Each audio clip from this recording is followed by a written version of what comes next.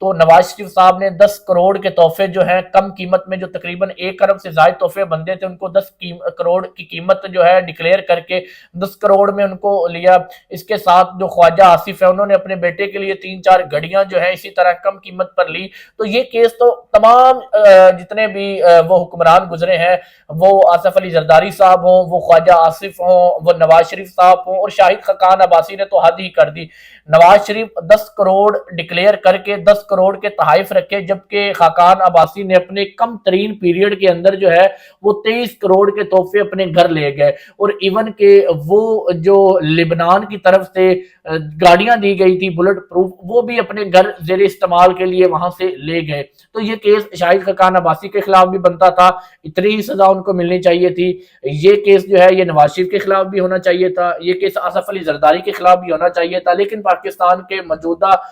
سیاسی جو رجیم ہے اس میں یہ افراد شامل ہیں، اس لیے ان کو سزا نہیں ملی، اور یہ سزا جو ہے یہ عمران خان صاحب اور بشرا بی بی کو مل گئی۔ اب یہاں پر بھی کئی سوال اٹھائے جا سکتے ہیں کہ عمران خان آفس ہولڈر تھے، وہ وزیر اعظم تھے، ان کے دور کے اندر یہ تحائف جو تھے یہ وصول کیے گئے اور کم قیمت پر حاصل کیے گئے، اس کی سزا عمران خان صاحب کو تو بنتی ہے، اور عمران خان صاحب کو یہ سزا ملی، لیکن یہ بشرا بی بی کو کس بنیاد پر سزا دی گئی؟ اگر عمران خان آفس ہولڈر تھے، عمران خان نے اپنے نام پر یہ تمام تحائف لیے جس میں بشرا بی بی کا کوئی عمل دخل نہیں تھا، اور اس کے بعد عمران خان اب کوئی شخص اگر وہ تحفہ خرید لیتا ہے تو وہ کیس اس شخص پر بننا چاہیے، اگر وہ کسی کو وہی تحفہ کسی اور کو دے رہا ہے تو اس پر کیس کیوں بن رہا ہے؟ تو یہاں پر بشرا بی بی کی جو سزا ہے یہ تو بالکل غیر قانونی اور غیر آئینی ہے۔ عمران خان صاحب چونکہ خود بھی کہتے رہے ہیں کہ ہمیں تحائف نہیں لینے چاہیے، یہ توشہ خانہ جو ہے یہ ملک کی امانت ہوتی ہے، لیکن خود لیتے رہے ہیں تحائف، تو ان کو سزا بنتی ہے، لیکن 17 سال کی سزا دینا یہ تھوڑا سا حیران کن تھا اور عجیب تھا۔ تو تحریک انصاف جو ہے وہ مزید مشکلات کا شکار ہوتی جا رہی ہے۔ دوسری طرف بات کریں تو علامہ ناصر مدنی صاحب پاکستان میں شاید یہ چند علماء کرام میں شامل ہیں جو تحریک لبیک پاکستان کے حق میں آواز بلند کرتے ہیں، اور علامہ ناصر جن کا مسلک جو ہے وہ شاید اہل سنت والجماعت جو تحریک لبیک پاکستان بریلوی مسلک سے تعلق رکھتی ہے ان سے جدا گانا ہے، ان کے کئی نظریاتی اختلافات ہوں گے، ان کے کئی عقائد کی بنیاد پر اختلافات ہوں گے، لیکن علامہ ناصر مدنی صاحب حق ادا کرتے ہیں ایک عالم دین ہونے کا، اور ایف آئی آر اور جو ان کے اوپر دھمکیاں دی جاتی ہیں اس کے باوجود جو ہے وہ بڑا کھل کر جو ہے وہ تحریک لبیک کی حمایت کرتے ہیں کہ کسی بھی مذہبی جماعت کے ساتھ یا کسی بھی عالم دین کے ساتھ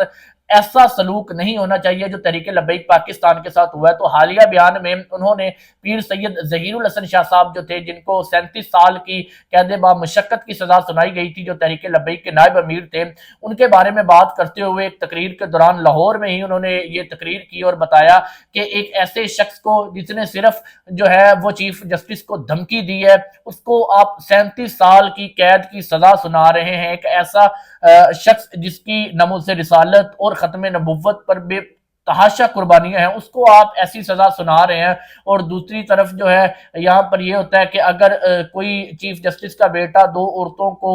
قتل کر دے، 2 عورتوں کو گاڑی کے نیچے روند دے، تو اس پر کوئی کیس نہیں بنتا۔ تو یہ پاکستان کا دورہ معیار ایک مرتبہ پھر انہوں نے بتایا، اور ایک دفعہ پھر انہوں نے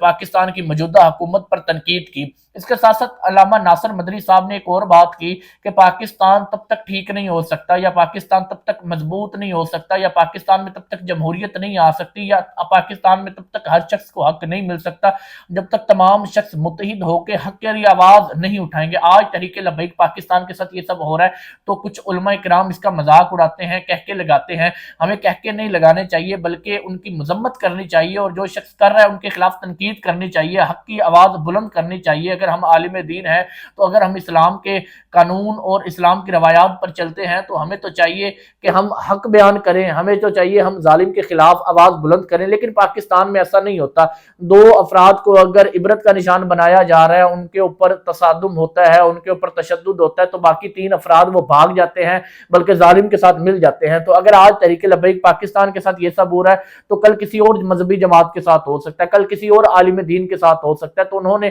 پچھلی دفعہ بھی تحریک لبیک کے حوالے سے بڑا کھل کر بتایا تھا کہ سعد حسین رضوی کے گھر میں چھاپا مارنا یہ غیر آئینی غیر قانونی عمل ہے، سعد رضوی کی بہنیں سعد حسین رضوی صاحب کی جو اہلیہ ہیں ان سب کو اٹھا لینا، ان کی سعد رضوی کی ایک چھوٹی سی بچی کو جو ہے وہ گرفتار کر لینا، اور حکومت پر انہوں نے بڑی سخت تنقید کی تھی اور بتایا تھا یہ تمام عمل غیر قانونی غیر آئینی ہے، اور یہ بھی کہا تھا کہ سعد رضوی یا تحریک لبیک جس مقصد کے لیے 13 اکتوبر کو ایک لانگ مارچ کی صورت اسلام آباد جا رہی تھی تو ایک جائز مطالبہ تھا، اور وقت کے فرعونوں کے خلاف انہوں نے احتجاج کیا تھا اور صرف فلسطین کے ساتھ اظہار یکجہتی کے لیے نکلے تھے، تو ایک درست عمل تھا، تو انہوں نے بڑی کھل کر تنقید کی، تو ان کو سلام ہے علامہ ناصر مدنی کو اور ان تمام علماء کو جو اس مشکل وقت میں تحریک لبیک کا یا جن لوگوں پر بھی ظلم ہوتے ہیں ان مظالم کے خلاف آواز بلند کرتے ہیں اور ظلم کے خلاف جو ہے وہ ظالم کے خلاف جو ہے وہ تنقید کرتے ہیں اور آواز حق بلند کرتے ہیں۔